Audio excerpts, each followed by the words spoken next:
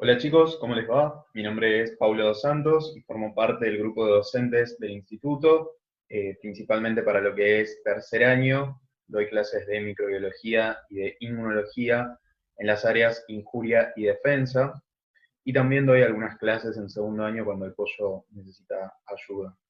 Y, por supuesto, las clases de microbiología del área del ser humano y su medio.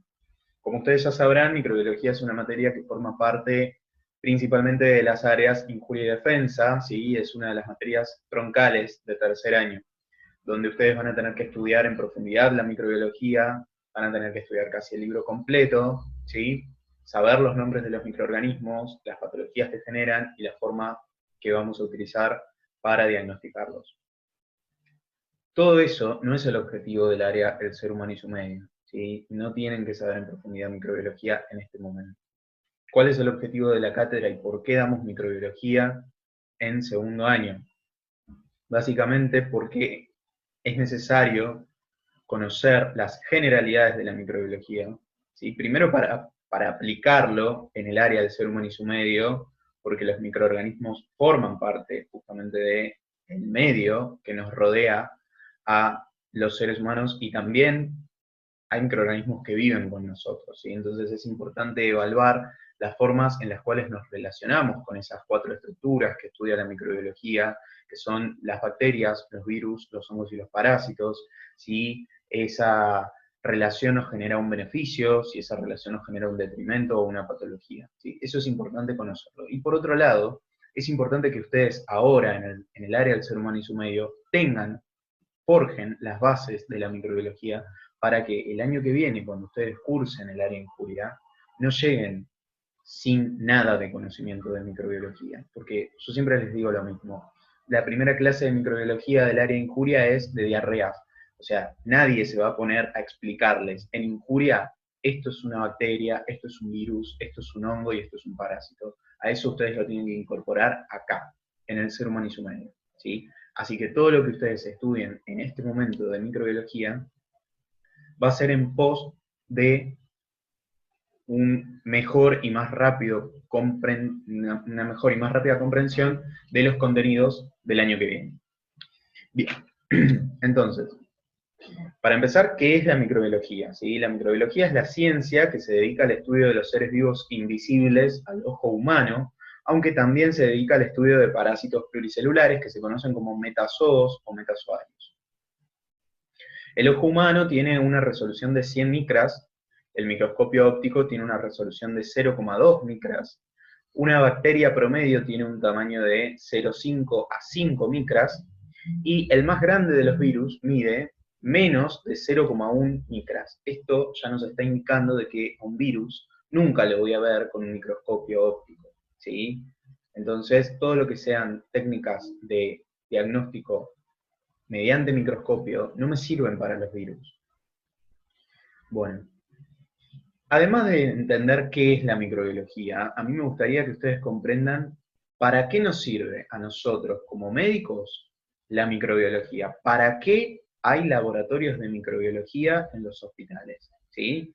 Obviamente que los laboratorios de microbiología se dedican al diagnóstico etiológico de las enfermedades infecciosas o infectocontagiosas. ¿Qué quiere decir diagnóstico etiológico? Diagnóstico etiológico significa buscar la causa, ¿sí? La etiología de esa patología infecciosa. O sea, esta persona tiene una neumonía, ¿sí? Ahora yo necesito saber cuál es el agente causal de esa neumonía. ¿Qué bacteria o qué virus o qué hongo o qué parásito le causó esta neumonía a esta persona? ¿Sí? Y de eso se encarga la microbiología.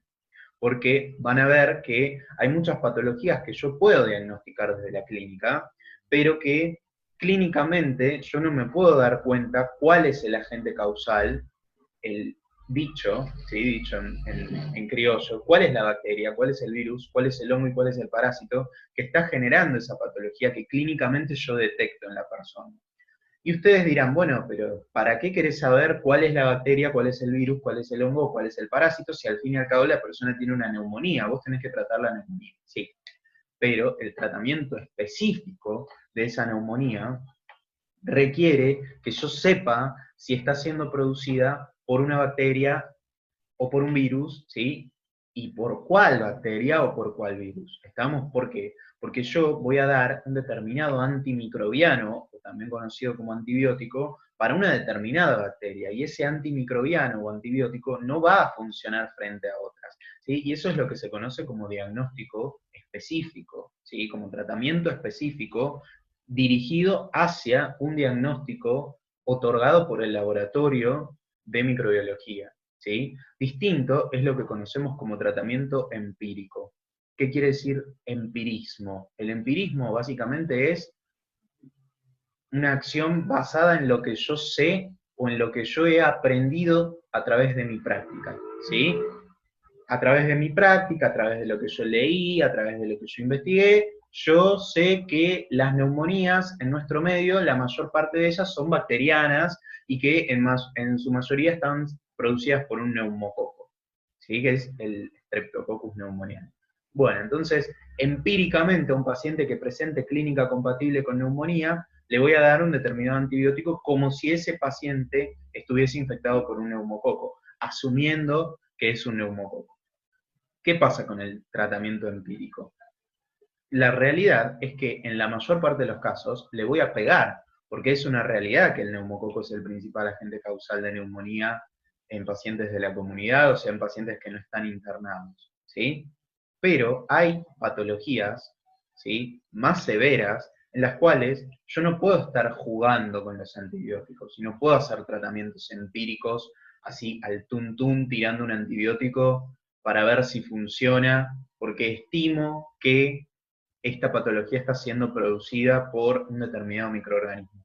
Y es en esas patologías como la meningitis en las cuales los laboratorios de microbiología cobran un interés muy, pero muy importante, porque yo necesito saber precisamente cuál es la bacteria que le está generando la infección meningia a esta persona, porque una infección meningia a esta persona la puede matar, ¿sí? Una neumonía también la puede matar. No, no es que estoy quitándole prestigio a las neumonías, ¿sí? Pero es más frecuente el tratamiento empírico en una neumonía que en una meningitis, ¿sí? En una meningitis siempre voy a requerir el diagnóstico microbiológico preciso, ¿sí? Porque es lo que se considera como una urgencia microbiológica o urgencia infectológica. Bien, entonces, acá tenemos dos diferencias, dos grupos puntuales de células, que son las células eucariota y las células procariota. Esto es contenido de la secundaria, ¿sí? O sea, yo lo único que voy a hacer es repasar estas cosas que ustedes ya espero que las hayan visto en el colegio, ¿sí? Las células eucariotas son las células nuestras, ¿sí? Las células que forman la célula animal. Estamos igual que la célula vegetal, también son células eucariotas. ¿Qué pasa con la membrana celular? Nuestra membrana celular tiene una similar composición a la membrana celular de las células procariotas, o sea, una bicapa fosfolipídica, ¿sí? El citoplasma en nuestras células, en las células eucariotas, poseen mitocondrias, como ustedes ya sabrán. A nivel del núcleo, nosotros nos vamos a encontrar con ADN fragmentado en cromosomas, ¿sí?, envueltos por la membrana nuclear que forman el núcleo. ¿Estamos? Y la pared celular en nuestras células, por ejemplo, no existe, ¿sí? Pero hay algunas células eucariotas, como las células fúngicas, que sí tienen pared celular. Ahora, las células procariotas, en cuanto a la membrana celular, dijimos que es similar la composición, una bicapa fosfolipídica. En lo que hace al citoplasma, las células procariotas son células más rudimentarias, ¿sí? Entonces, van a carecer de mitocondrias. Van a poseer ribosomas para la síntesis proteica. Y a nivel del núcleo, carecen de membrana nuclear. Lo que tienen las células procariotas es lo que se conoce como nucleoide, que es un aglomerado del material genético de esa célula, ¿sí? Pero no tienen un núcleo, no está compartimentalizado ese material genético como sí ocurre en nuestras células. Bien, y después tenemos, en cuanto a la pared celular, las células procariotas sí poseen pared celular. Las nuestras, las animales, por ejemplo, no. Bien, y acá tenemos dos gráficos. Muy bonitos estos gráficos. De lo que es una célula procariota, que como verán, es una célula mucho más rudimentaria, ¿sí? Tiene muchas menos organelas que las nuestras. Y los ribosomas, ¿sí? Por ejemplo, de las células procariotas, son ribosomas más pequeños. Así como los nuestros son 60S y 40S, los de la célula procariota son 50S y 30S. O sea que son más chicos.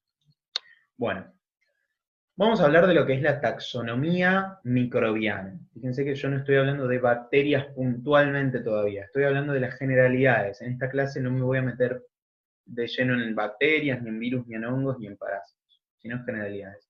Cuando hablamos de taxonomía, y esta taxonomía las vamos a usar para bacterias, para hongos y para parásitos, por lo general para los virus no, porque los virus directamente van a, ya cuando estudien los virus van a ver que se llaman, tienen un nombre propio, o sea, virus de la inmunodeficiencia humana, el COVID-19 o SARS-CoV-2, virus de la hepatitis A, virus herpes, o sea, tienen nombres propios. Pero las bacterias, los hongos y los parásitos tienen nombres que son nombres científicos que se escriben en letra itálica. ¿Qué quiere decir letra itálica? Así, digamos, inclinado. Como en la compu aparece como cursiva, pero en realidad cursiva es la letra de carta, digamos. Es una letra que está inclinada, ¿sí? ¿Esto por qué se los digo? Ustedes dirán, uy, ¿qué me importa que se escriba así? Bueno, es importante, ¿sí? Es importante respetar las formas en las que hay que escribir los nombres de las bacterias, porque ustedes quizás ahora no le darán importancia, pero el día de mañana van a ser médicos, y los médicos tenemos que comportarnos como científicos. Entonces, probablemente en algún momento tengan que presentar algún trabajo o presentar algún póster, ¿sí? Y tienen que escribir los nombres como corresponde. Y eso lo van a aprender hoy. Las bacterias, los hongos y los parásitos siempre van a tener un género y una especie, ¿sí? Entonces, todo lo voy a escribir en letra itálica, o sea, inclinado. El género, la inicial va en mayúscula. Y la especie va todo en minúscula. Entonces, por ejemplo, yo tengo Staphylococcus, es el género, fíjense que la S está en mayúscula, Aureus es la especie y está todo en minúscula. Staphylococcus, porque estoy por nombrar otra bacteria que forma parte del mismo género, pero de otra especie, por ejemplo Staphylococcus epidermidis, ¿sí? Que es una bacteria distinta a Staphylococcus aureus. Bueno, también todo en minúscula epidermidis. Streptococcus pyogenes, Streptococcus pneumoniae, también son dos bacterias que forman parte del mismo género, pero tienen una especie distinta. El Streptococcus pyogenes es el agente causal de las faringitis bacterianas, las faringitis con placas que todos hemos tenido. Y el Streptococcus pneumoniae es el neumococo, ¿sí? Que es agente causal de meningitis y neumonía. Y después tenemos Treponema pallidum, que es el agente causal de la sífilis, Candida albicans, que es un hongo, ¿sí? Y Pseudomonas aeruginosa, otra bacteria. Bueno, otra cosa que van a leer por ahí es, por ejemplo, Staphylococcus spp. ¿Qué quiere decir spp? Spp significa especie, ¿sí? Entonces, si yo escribo Staphylococcus spp, estoy haciendo referencia a los Staphylococcus en general, ¿sí? O muchas veces van a leer, por ejemplo, en la microbiota habitual de la piel existen Staphylococcus spp. ¿Qué quiere decir eso? Que hay un montón de Staphylococcus, un montón de especies de Staphylococcus, no solamente una. Entonces, para ahorrar, para abreviar, ponen Staphylococcus spp. O por ahí van a leer en informes de microbiología, ¿sí? Que el microbiólogo les pone, por ejemplo, se hallaron Staphylococcus spp. Y eso puede significar que o se hallaron un montón de Staphylococcus de distintas especies, o que a través de los métodos que ese microbiólogo tiene disponible, no puede saber la especie, no puede determinar la especie. Entonces, fue capaz de determinar el género y sabe que las bacterias que encontró en esa muestra son del género Staphylococcus, pero no me puede decir si son aureus, si son epidermidis, etcétera, porque quizás no tienen las pruebas disponibles. Bien. Entonces, a mí vulgarmente me gusta llamar al género como el nombre y la especie el apellido. Entonces, el nombre y el apellido de la bacteria, ¿sí? Hay que escribirlo como corresponde. Bien. ¿Qué es la microbiota habitual? Bueno, la microbiota habitual es el grupo de microorganismos cuyo hábitat natural son la piel y las mucosas del hombre, al cual no le generan patología en condiciones normales, ya que viven en simbiosis, ¿sí? La simbiosis es una vida conjunta, estableciendo una relación de mutualismo. Como ustedes habrán visto acá en la unidad número 1 del ser humano y su medio, hay que estudiar todo lo que tiene que ver con las relaciones interespecíficas. Bueno, y un ejemplo claro de relación interespecífica, de una simbiosis, o sea, de vida conjunta, y de mutualismo, es la relación que nosotros, ¿sí?, los seres humanos, establecemos con las bacterias y los hongos que forman parte de nuestra microbiota habitual.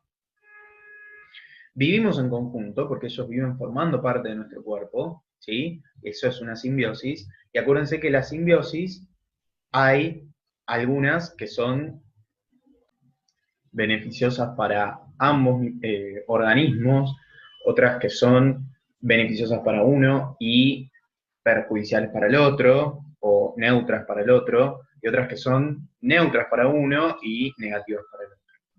Como por ejemplo, tenemos el comensalismo, ¿sí? El comensalismo es cuando básicamente hay un comensal, que quiere decir, hay uno de los dos organismos que está conviviendo, actúa como comensal del otro, pero para el otro no le genera ningún beneficio ni ningún tipo de perjuicio tampoco, ¿sí? En cambio, acá cuando hablamos de mutualismo, los dos seres se están viendo beneficiados de esta relación. En el pasado se hablaba de flora bacteriana o se hablaba de flora comensal, ¿sí? Porque no se sabía, en realidad no se sabía los beneficios que las bacterias también nos brindan a nosotros, ¿sí? Entonces, los beneficios que nosotros les brindamos a las bacterias son claros, porque gracias a nosotros las bacterias tienen casa, tienen comida, tienen un ambiente propicio para reproducirse, tienen humedad, tienen todo lo que quieren, ¿sí? Básicamente nosotros formamos su hábitat, o sea, el beneficio que el microorganismo obtiene de nosotros es claro. Ahora, lo que no se sabía antes era cuál es el beneficio que nosotros recibimos de las bacterias y de los hongos que forman parte de nuestro organismo. Por eso se hablaba de comensalismo. Pero no, se sabe ahora que nosotros también nos beneficiamos de las bacterias. Por ejemplo, a través del desarrollo de algunas funciones que vamos a obtener a partir de la presencia de las bacterias en nuestro organismo, el metabolismo, ¿sí?, la eliminación de desechos y la defensa. Todo lo que tiene que ver con el metabolismo, por ejemplo, de la vitamina K, ¿sí?, ayudan también a la digestión, favorecen los mecanismos de digestión y absorción, todo lo que tiene que ver con la microbiota habitual del tubo digestivo. Y el último ítem que les puse ahí, lo de la defensa, es muy importante, ¿sí? Porque ustedes tienen que imaginar que las bacterias que forman parte de nuestra microbiota habitual ocupan espacios en nuestro cuerpo. Por ejemplo, en nuestra piel, ¿sí? Ocupan espacios. Y esas bacterias a nosotros no nos perjudican, al contrario, nos benefician. Entonces, esos espacios a mí me conviene que estén ocupados por esas bacterias de la microbiota habitual que no son perjudiciales, que son beneficiosas o neutras, ¿sí? En cambio, si yo barro esa microbiota habitual, ¿qué pasa con esos espacios? Quedan vacíos, quedan libres. ¿Cómo podría yo barrer esa microbiota habitual? Mediante un antibiótico, ¿sí? Entonces, esos espacios quedan vacíos, quedan libres y factibles de ser ocupados por bacterias patógenas, que son más bravas, que son más peligrosas y que son más resistentes a los antibióticos. De manera tal que en el futuro, cuando esa persona vuelva a tomar ese antibiótico, no le va a ejercer ningún tipo de efecto, ¿sí? Y eso es más o menos lo que está ocurriendo y lo que viene ocurriendo ya hace varias décadas con lo que tiene que ver con la resistencia a los antimicrobianos, ¿sí? Debido al incorrecto uso que se hace de los antimicrobianos. Nosotros cada vez que tomamos un antibiótico, hay bacterias de la microbiota habitual que mueren, no solamente las bacterias patógenas. ¿Estamos? Bien. Seguimos. Bueno, acá hay un pequeño gráfico de todos los sitios de nuestro organismo que presentan microbiota habitual y cuáles son las bacterias que forman parte de ella. No las tienen que saber, por supuesto, solamente se los puse a modo de esquemático.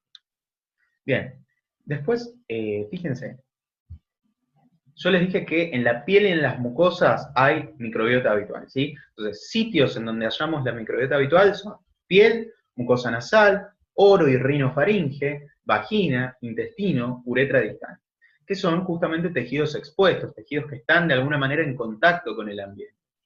En cambio, los sitios estériles, como por ejemplo el sistema nervioso central, la sangre, las serosas, como el peritoneo, pleura, pericardio, la vaginal, ¿sí?, del testículo, y otras serosas, la vía aérea inferior, los pulmones, ¿sí?, la vía urinaria alta, que sería uréter y riñón, tracto genital superior en la mujer, ¿sí?, y todo lo que tiene que ver con el cordón espermático en el hombre, tejido celular subcutáneo, y las sinoviales, que son todos tejidos profundos, son sitios estériles.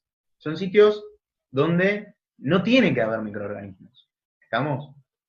Entonces, si yo encuentro un microorganismo en una muestra, por ejemplo, de materia fecal, ¿sí?, o de un hisopado faríngeo, si yo encuentro microorganismos ahí, yo no puedo asegurar que esos microorganismos son los que le están generando la patología a esta persona. ¿Por qué? Porque esos sitios tienen microbiota habitual. Entonces, esa bacteria podría formar parte de la microbiota habitual de ese intestino y aparecer en materia fecal, de esa faringe y aparecer en el hisopado faríngeo. En cambio, si yo a esta persona le hago una punción lumbar y le saco líquido cefalorraquídeo y encuentro una bacteria, esa bacteria es responsable de la infección en el sistema nervioso central de esta persona. ¿Por qué? Porque lo normal es que en ese sitio no haya bacterias. ¿Estamos? Entonces es importante entender cuál muestra proviene de un sitio estéril y cuál muestra no viene de un sitio estéril. Bueno, el reservorio natural es el lugar de la naturaleza donde el microorganismo se multiplica y persiste normalmente. Puede ser el medio ambiente, constituyendo lo que se conoce como reservorio telúrico, en animales o en el hombre. Bueno, una enfermedad infectocontagiosa, por supuesto, es una enfermedad producida por un microorganismo, ¿sí?, y que se transmite de alguna manera entre las personas, por eso se habla de infectocontagiosa. O infectotransmisibles, ¿sí? Porque no es lo mismo contagiar que transmitir, ¿sí? Cuando nosotros hablamos de contagio, hablamos de, por ejemplo, el COVID. ¿Sí? El COVID se contagia, porque si yo tengo COVID y me siento al lado de una persona y le hablo, y estoy cerca, se lo voy a contagiar. ¿Estamos? En cambio, infecciones como la hepatitis B, el HIV, ¿sí?, la hepatitis C, no se contagian, porque no te la vas a, no te vas a infectar por sentarte al lado de una persona, por hablar con esa persona, por besar a esa persona, ¿sí? Entonces, ahí no estamos hablando de contagio, ahí estamos hablando de transmisión, y se transmiten por vía sexual o vía parenteral, son otras formas de transmisión. Entonces, es importante que desde ya ustedes ya vayan incorporando a su vocabulario estas correcciones, porque muchas veces se lee por ahí personas que hablan de contagiar el SIDA, ¿sí? Y esos son términos que no existen. Primero, porque VIH y SIDA no es lo mismo, y segundo, porque el VIH no se contagia, sino que se transmite. Entonces, la transmisión de estas infecciones se puede llevar a cabo por distintas vías. Por ejemplo, yo acá voy a nombrar microorganismos y voy a nombrar patologías a manera de ejemplo, para que vean, ¿sí?, las distintas formas de transmisión de enfermedades infecciosas que existen. A la izquierda tenemos algo que es muy conocido, que es un herpes labial, ¿sí? El herpes labial es producido por lo que se conoce como virus herpes simple y se transmite por contacto directo, ¿sí? Si una persona tiene un herpes en su boca y ustedes le dan un beso en la boca, a los días les va a salir a ustedes un herpes labial, ¿sí? Es lo más probable. Después, lo que tenemos a la derecha es una famosa verruga, ¿sí?, del HPV, ¿sí?, el virus del papiloma humano, que tiene, digamos, formas que son oncogénicas o cancerígenas y otras que no lo son. Las que no lo son las que justamente generan estas lesiones excrescentes en piel o en mucosas.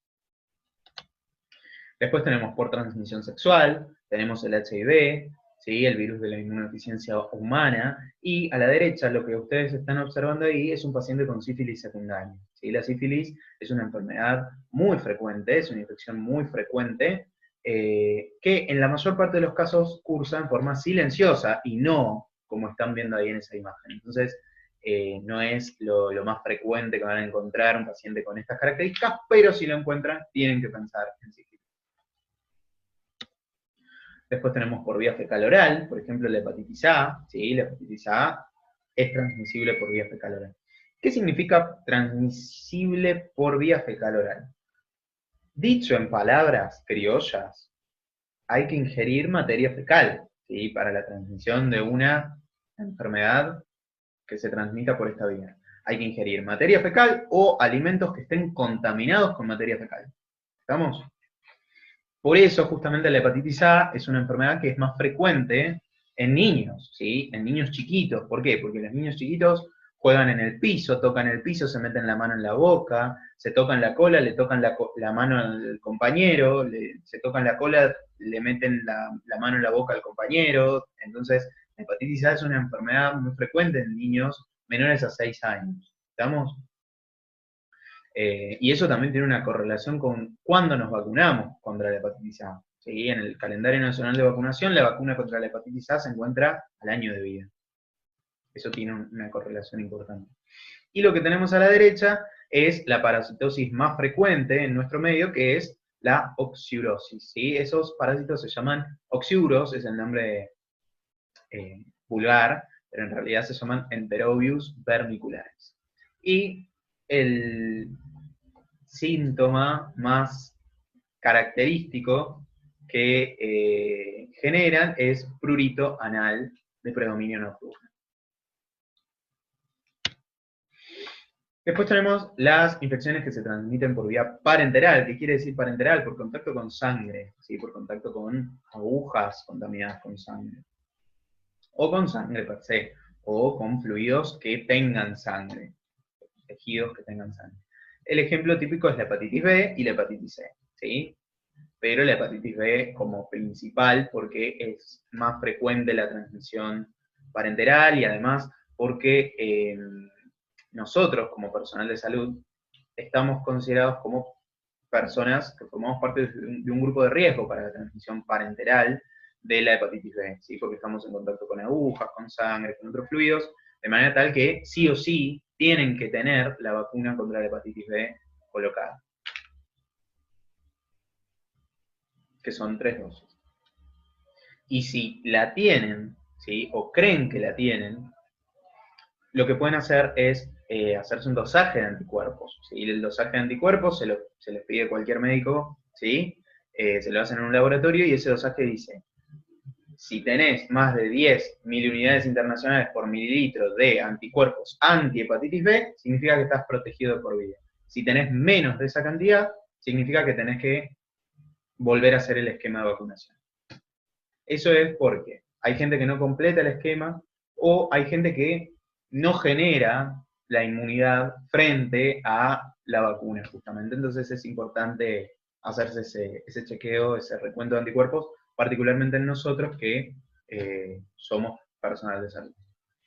Y, por supuesto, por vía aérea, COVID, ¿sí? Todo lo que son los virus respiratorios se transmiten por vía aérea. COVID, influenza, parainfluenza, virus incisional respiratorio, rinovirus, ¿sí? Así que también hay muchas bacterias que se transmiten por vía aérea. Después tenemos las infecciones que son vehiculizadas por vectores. Lo que tenemos a la izquierda es una vinchuca, ¿sí? Una vinchuca que es el vector del Chagas, ¿sí? De la enfermedad de Chagas. Esa vinchuca se llama Triatoma infestans. Después tenemos a la derecha el mosquito, el famoso Aedes aegypti, que es el vector del dengue, del Zika y del chikungunya, así como de la fiebre amarilla. Y lo que tenemos abajo es un Calomis musculinus, también conocido como ratón maicero, que es el vector de la fiebre hemorrágica argentina, producida por el virus junio. Es una enfermedad endémica en nuestra zona, ¿sí? En el sur de Santa Fe, norte de provincia de Buenos Aires, sur de Córdoba y noreste de provincia de Aragón. Así que bueno, esto fue... perdón, me faltó por vía vertical las famosas TORCH, ¿sí? TORCH es una sigla que responde a toxoplasmosis, rubéola, chagas, citomegalovirus, herpes, HIV y otras como sífilis y parvovirus B19. ¿Qué significa vía vertical? De madre a hijo, ¿sí? Ya sea a través de la placenta, o en el parto, o a través de la leche materna. Esas tres vías se consideran como vía vertical. Ahora sí, terminamos. Esta fue la primera clase de microbiología. Nos vemos en la siguiente y espero que les haya servido esta breve introducción.